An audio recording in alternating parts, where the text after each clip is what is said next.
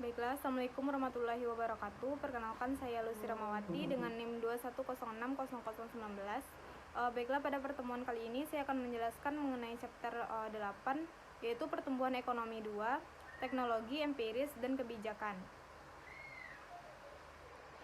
Dalam bab ini kita akan belajar mengenai bagaimana menggabungkan kemajuan teknologi dalam model Solow. Yang kedua itu tentang kebijakan untuk mendorong pertumbuhan. Ketiga yaitu tentang empiris pertumbuhan menghadapi teori dengan fakta-fakta. Dan yang terakhir yaitu dua model sederhana di mana tingkat kemajuan teknologi adalah endogen.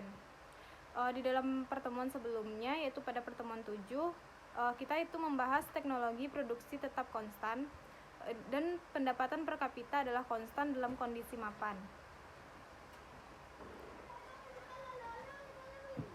Kemajuan teknologi dalam model Solow, sebuah variabel baru yaitu dilambangkan dengan E, yaitu efisiensi tenaga kerja. Kita asumsikan kemajuan teknologi adalah kerja augmenting, di mana itu meningkatkan efisiensi tenaga kerja pada tingkat eksogen.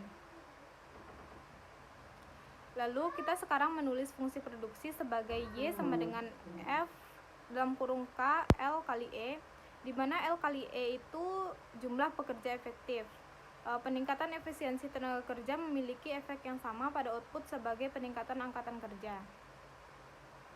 Kemajuan teknologi dalam model Solow dalam notasinya yaitu Y per LE itu sama dengan output per pekerja efektif, dan K per LE yaitu modal per pekerja efektif. Fungsi produksi per pekerja efektif dilambangkan dengan Y sama dengan F dalam kurung K, sedangkan tabungan dan investasi per pekerja efektif sama dengan SY SF per K dalam kurung K. Lambang ini merupakan lambang dari impas investasi, di mana jumlah investasi yang diperlukan menjaga K konstan. Terdiri dari lambang ini itu untuk mengganti modal depresiasi, NK untuk memberikan modal bagi pekerja baru, GK untuk memberikan modal baru yang efektif pekerja yang diciptakan oleh kemajuan teknologi. Ini merupakan kurva investasi impas investasi dan modal per pekerja,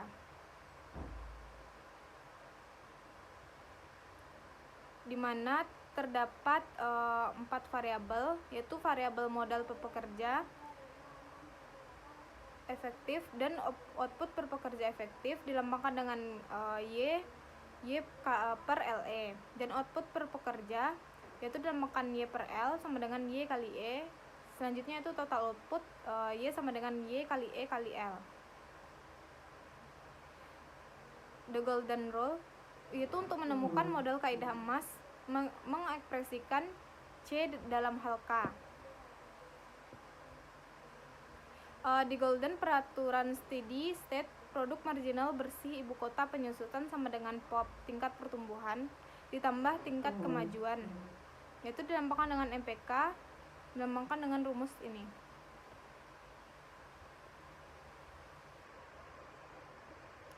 Pertumbuhan empiris yaitu pertumbuhan yang seimbang.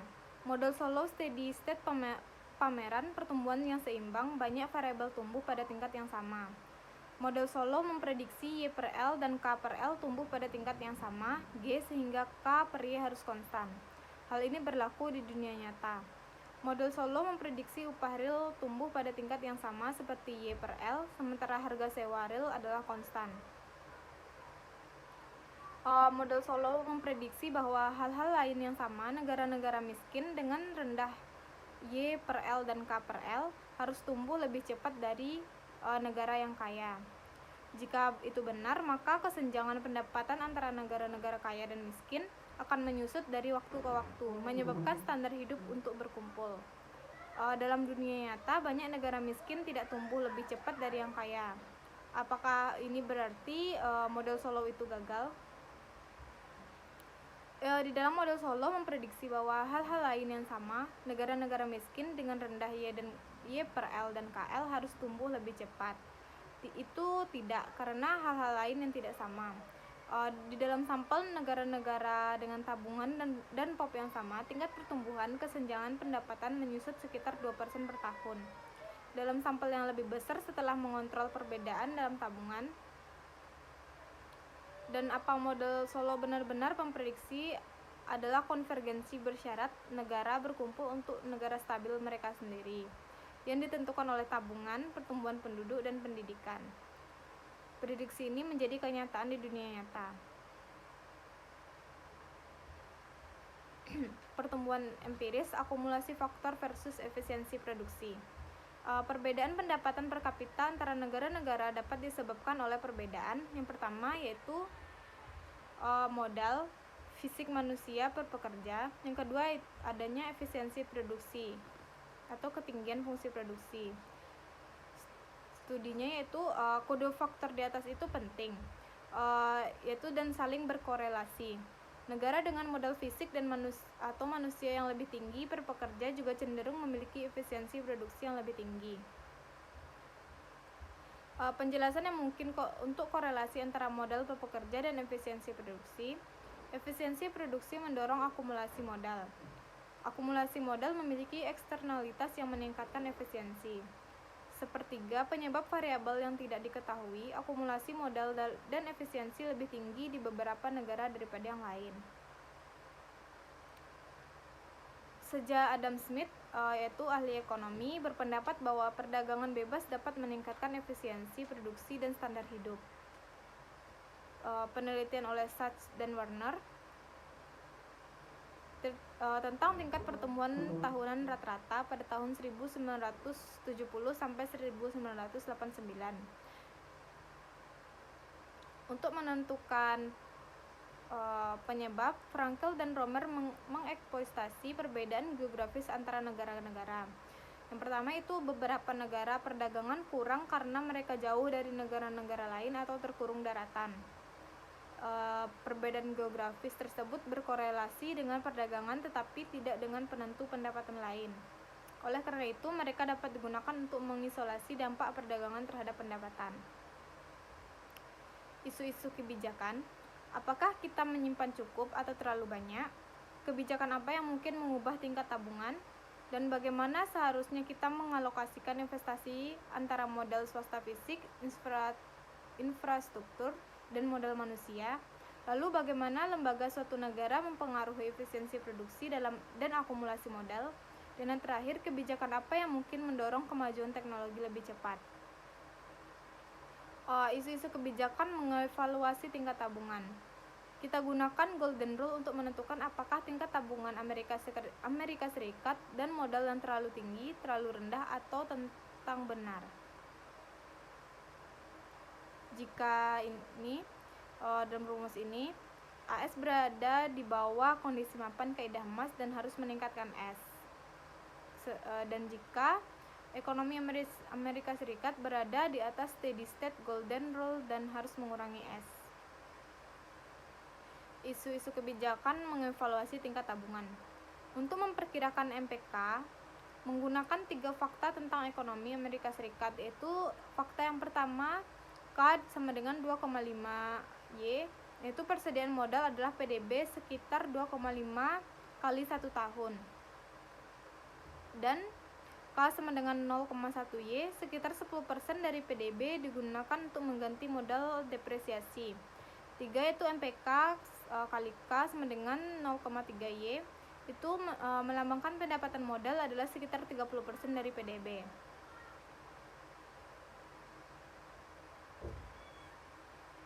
Ini untuk menentukan lambang ini membagi 2 oleh 1, tentukan oleh rumus berikut.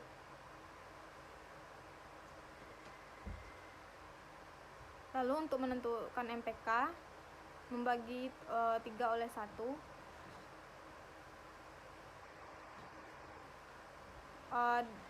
Dari slide terakhir MPK tersebut, PDB real Amerika Serikat tumbuh rata-rata 3% per tahun. Jadi N tambah G sama dengan 0,03. Kita ambil kesimpulannya. Amerika Serikat berada di bawah steady state Golden Rule. Itu meningkatkan tingkat tabungan Amerika Serikat akan meningkatkan konsumsi per kapita dalam jangka panjang. Bagaimana meningkatkan tingkat tabungan, yaitu dengan mengurangi defisit anggaran pemerintah atau meningkatkan surplus anggaran. Meningkatkan insentif untuk tabungan swasta dengan mengurangi pajak keuntungan modal, pajak penghasilan badan, pajak real karena mereka mencegah tabungan, mengganti pajak pendapatan federal dengan pajak konsumsi, memperluas insentif pajak untuk IRA, yaitu rekening pensiun individu dan rekening tabungan pensiun lainnya. Mengalokasikan investasi ekonomi, dalam model Solow ada satu jenis modal. Dalam dunia nyata ada banyak jenis yang kita dapat membagi menjadi tiga kategori.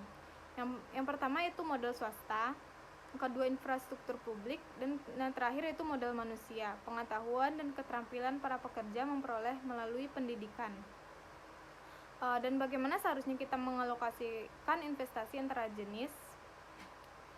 Kita itu melihat dari dua sudut pandang, yaitu pertama menyamakan perlakuan pajak dari semua jenis modal di semua industri, kemudian membiarkan pasar mengalokasikan investasi ke jenis dengan produk marginal tertinggi. Kedua, melalui kebijakan industri, pemerintah harus secara efektif mendorong investasi di ibu kota, jenis tertentu atau di industri tertentu, karena mereka mungkin memiliki eksternalitas positif, bahwa investor swasta tidak dipertimbangkan. Pemerintah mungkin tidak memiliki kemampuan untuk memilih pemenang, memilih industri dengan return tertinggi untuk modal atau eksternalitas terbesar.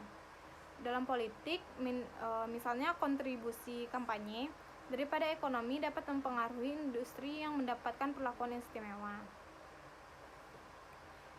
Mendirikan lembaga yang tepat. Menciptakan lembaga yang tepat adalah penting untuk memastikan bahwa sumber daya yang dialokasikan untuk penggunaan terbaik mereka. Contohnya itu ada lembaga-lembaga hukum untuk melindungi hak kekayaan, pasar modal untuk membantu arus modal keuangan untuk proyek-proyek investasi terbaik, sebuah bebas korupsi pemerintah untuk meningkatkan persaingan. Isu-isu kebijakan TEDx menggembirakan kemajuan. Hukum paten mendorong inovasi dengan memberikan monopoli sementara untuk penemuan produk baru. Kedua, itu insentif pajak untuk R dan D. Ada hibah untuk mendanai penelitian dasar di universitas. Kebijakan industri yaitu mendorong industri tertentu yang merupakan kunci untuk teknologi yang cepat.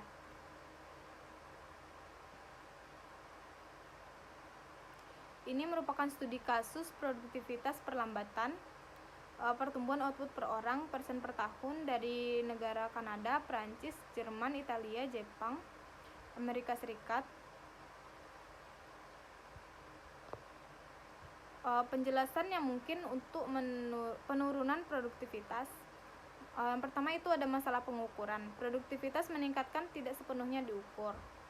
Tapi mengapa pengukuran masalah lebih buruk setelah tahun 1972 dari sebelumnya? Dari harga minyak, guncangan minyak terjadi sekitar ketika produktivitas perlambatan mulai. Tapi mengapa tidak produktivitas mempercepat ketika harga minyak jatuh pada pertengahan 1980-an? Penjelasan yang mungkin untuk penurunan produktivitas. Yang pertama itu dilihat dari kualitas pekerja. Pada tahun 1970, gelombang besar pendatang baru ke angkatan kerja seperti wanita, pekerja baru cenderung kurang produktif daripada pekerja berpengalaman. Kedua yaitu karena menipisnya ide. Mungkin pertumbuhan yang lambat dari tahun 1972 sampai 1995 adalah normal, dan pertumbuhan yang cepat selama 1948 sampai 1972 adalah anomali. Yang dari tersangka adalah pelakunya. Semua dari mereka adalah masuk akal, tapi sulit untuk membuktikan bahwa salah satu dari mereka yang bersalah. Ini merupakan studi kasus dari ekonomi baru.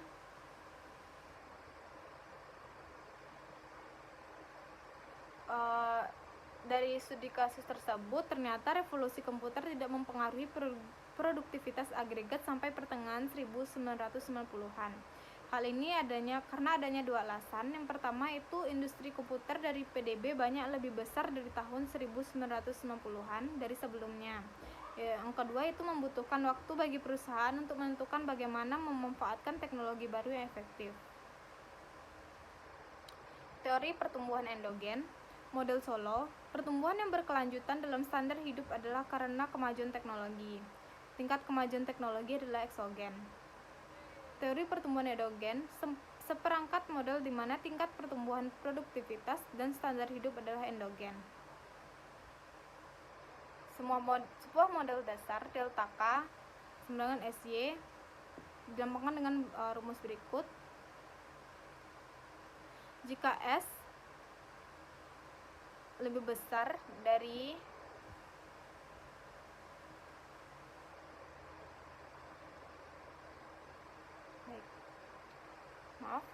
jika S lebih besar dari lambang tersebut, maka penghasilan akan tumbuh selamanya dan investasi adalah mesin pertumbuhan. Di sini laju pertumbuhan permanen tergantung pada S dalam model Solow. Fungsi produksi Y, sebuah K di mana sebuah adalah jumlah output untuk setiap unit modal. Perbedaan utama antara model ini dan Solow yaitu MPK adalah konstan, di sini berkurang di Solow.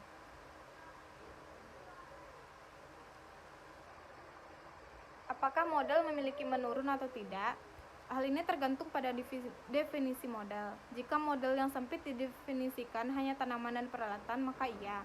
Para pendukung teori pertumbuhan endogen berpendapat bahwa pengetahuan adalah jenis modal. Jika demikian, maka pengembalian konstan model lebih masuk akal dan model ini mungkin penjelasan yang baik dari pertumbuhan ekonomi. Sebuah model dua sektor, yaitu ada pabrik dan penelitian universitas. Pabrik itu perusahaan memproduksi barang, dan penelitian universitas menghasilkan pengetahuan yang meningkatkan efisiensi tenaga kerja di bidang manufaktur. U sama dengan fraksi tenaga kerja dalam penelitian. U adalah eksogen. Dalam kondisi mapan, keluaran MFG per pekerja dalam standar hidup tumbuh pada tingkat delta E per E sama dengan G dalam kurung U, di mana variabel kuncinya S yaitu mempengaruhi tingkat pendapatan, tetapi tingkat pertumbuhannya sama seperti dalam model Solow. U itu mempengaruhi tingkat dan tingkat pertumbuhan pendapatan. Fakta-fakta tentang R dan D. 1. Banyak penelitian dilakukan oleh perusahaan-perusahaan yang mencari keuntungan. 2. Keuntungan perusahaan dari penelitian. 1. Paten membuat aliran keuntungan monopoli. Kedua, keuntungan ekstra dari yang pertama di pasar dengan produk baru.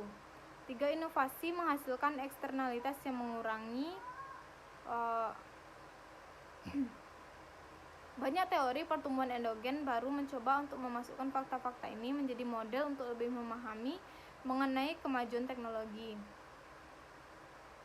Adalah sektor swasta melakukan R dan D itu cukup.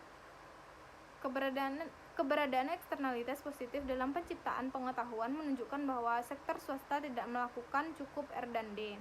Tapi ada banyak duplikasi R dan D upaya antara perusahaan yang bersaing. Perkiraannya sosial return untuk R dan D lebih besar 40% per tahun. Dengan demikian, banyak yang percaya pemerintah harus mendorong R dan D. Pertumbuhan ekonomi sebagai penghancuran kreatif. Schumpeter pada tahun 1942 menciptakan istilah destruksi kreatif untuk menggambarkan perpindahan akibat kemajuan teknologi. Pengenalan produk baru yang baik bagi konsumen tetapi sering buruk bagi produsen inkuben yang mungkin terpaksa keluar dari pasar. Contohnya itu Ludites pada tahun 1811 sampai 1812 menghancurkan mesin yang pekerja terampil merajut pengungsi di Inggris. Dalam bab ini kita mengambil kesimpulan. Yang pertama, hasil kunci dari model Solow dengan kemajuan teknologi yaitu tingkat pertumbuhan steady state pendapatan per orang semata-mata tergantung pada tingkat eksogen kemajuan teknologi. Kedua, Amerika Serikat memiliki lebih sedikit modal daripada kondisi mapan kaidah emas. 2. Cara untuk meningkatkan tingkat tabungan. Yang pertama, meningkatkan tabungan masyarakat dengan mengurangi defisit anggaran, lalu insentif pajak untuk tabungan swasta. Ketiga, produktivitas penambatan dan ekonomi baru. Pada tahun 1970-an, pertumbuhan produktivitas jatuh di Amerika Serikat dan negara-negara lainnya. Pertengahan tahun 1990, pertumbuhan produktivitas meningkat, mungkin karena kemajuan IT. 4. Studi empiris. Model Solow menjelaskan pertumbuhan yang seimbang, konvergensi kondisional. Variasi lintas negara dalam standar hidup adalah karena perbedaan topi, akumulasi dalam efisiensi produksi. 5. Teori pertumbuhan endogen, model yang meneliti faktor-faktor penentu tingkat teknologi kemajuan yang solo mengambil seperti yang diberikan, menjelaskan keputusan yang menentukan penciptaan pengetahuan melalui R&D. Baiklah, sekian dari materi bab 8. Jika ada kata-kata salah, saya mohon maaf. Saya akhiri dengan wabillahi taufiq wal hidayah. Wassalamualaikum warahmatullahi wabarakatuh.